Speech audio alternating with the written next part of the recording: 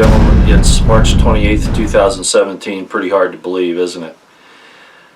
Great number of things going on, and I'm just going to take a couple of minutes and actually give a thank you to a couple of people here and encourage you to go look at their work.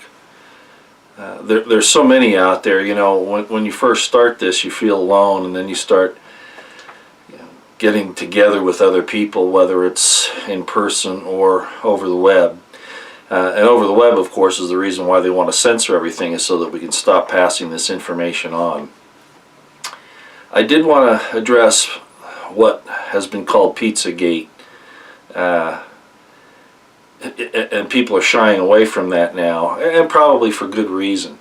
Pizzagate was the diversion. That whole thing with Comet Pizza and all that was a diversion to change the subject, to get us off the real track. The real track, of course, is major pedophile rings, wherever they meet, and the influence that they sway in government and in corporations, nationally, internationally, locally, everywhere. It's really quite incredible.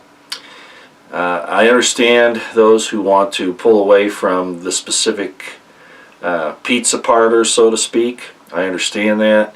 It really shouldn't have gone there in the first place, even though that there were some, when you look at some of the videos about some of those places and what they do in there, some of the entertainment and all of that, it doesn't leave much to the imagination.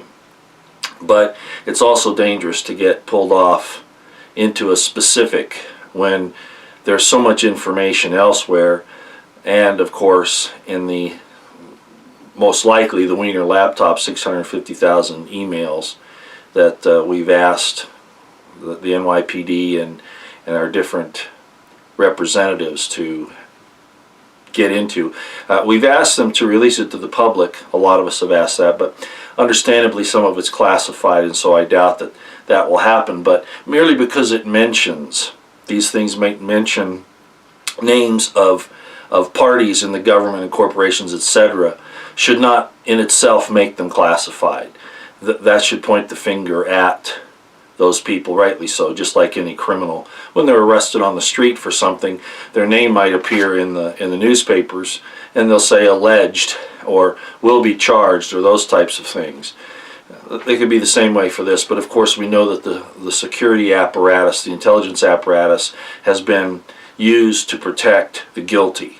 That's really what it's about, under the cloak of national security, and I think we all realize that. And in that vein, I would like to thank George Webb for the work he's doing. Like a thanks for me means a whole lot, but it does, even though I don't refer to him much, and I'm going to explain the reason why here in a minute. And I also had someone send me a link to a YouTube video. The link is in the description box below, and it's by a Traci D on YouTube. It's called the Montgomery Breakdown. Wow, excellent job, Traci. I was very impressed with your delivery. You stayed calm. Most people that watch my channel know that I usually lose my temper or get upset, and I didn't used to do that. I used to have professionalism in my job, but of course now that requirement doesn't really exist, so I can get flustered, and I definitely show it. But I just wanted to thank you for the delivery that you made there and how excellent it all was. And there are a lot of people out there that are doing the same thing, picking different parts of this entire war upon mankind. For instance, the chemtrails that Pam Jones rather shows on her channel. And I could go on, but I just wanted to bring those things up really quick. One thing about criminal surveillance, surveillance by the government, that I think everybody understands, but I want to bring it home to you, is this: that when you're engaged in criminal conduct, and there are people in the Department of Justice, in the FBI, in the White House now, and certain senators and congressmen, people like that, who have not sold out to the system, and they all have to a certain extent, but I'm talking about in really nefarious, bad ways. When they haven't done that, these surveillance tools by the state can be used to gather information on them that they can use for blackmail. Not necessarily that you do anything wrong, right? It might be in your personal life with your wife, you know, very, very simple things. Sex is often used as a tool to blackmail people. Often, of course, as are investments. Isn't it interesting that Podesta's investments in Russia and Clinton's as well are being suppressed by the media, but all these things that are done to Trump and his team or by them come out in the open.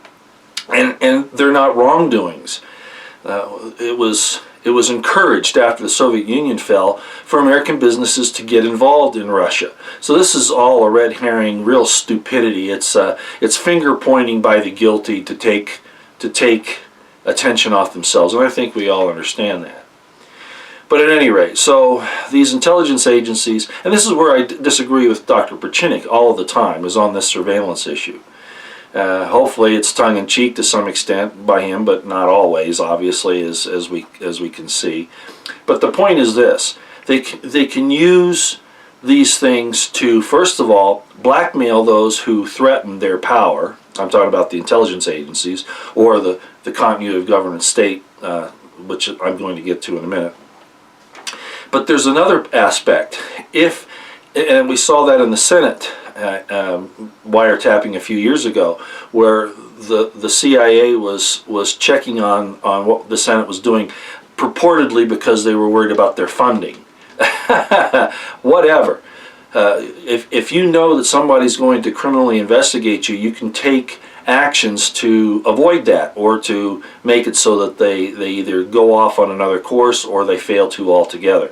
So that's the real problem with the secret society, and I'm going to call it that, a secret society in our government, and there are many of them, but the intelligence community is certainly one of the most serious, if not the most dangerous. This was all discussed back in the 1800s about these secret societies, and we get pulled off on the Rothschilds and the Masons and the Zionists and things like that, and everybody has their own little thing that they dislike and they want to jab at it. It is in the nature of evil men, and women for that matter, to take advantage of tools of power, okay, regardless of who they are or who they work for. And the intelligence communities, even though they were first built by the banks, the CIA, were built by the banks and the lawyers of Wall Street, etc., the British intelligence, all those people to do with economics and colonialism and all of that. And yes, they have influences by all these different groups we could name, which I'm not going to do here because then you get off on a tangent. All men will misuse authority that they're given at some point in time. It's in their nature, and that's why the Constitution, to chain those things, to prevent that from happening, was such an innovation and so important. I'm not going to go into it any deeper than that, other than to say that this whole thing with the wiretapping of Trump and then the releasing, the unmasking of all of that with his people and all that, is obviously an attempt, and this is where I'm going with this, by what's called the continuity of government to retain power, because the people voted to have a populist giving the power back to the people and put him in the White House. And of course we've seen it across the country in Senate seats and in Congress seats and all of that. But this COG, this shadow government, and that's really what it is, and there are different aspects of it, but this one is very powerful, and it seeks to retain its power and seize it back from the people who are telling it that it has to get back into its proper place, which is defending the Republic, not their agenda, but the Republic and the people of the United States of America. And of course they don't want to do that because there's power involved, there's money involved, there's the survival at the apocalypse, all kinds of aspects of this.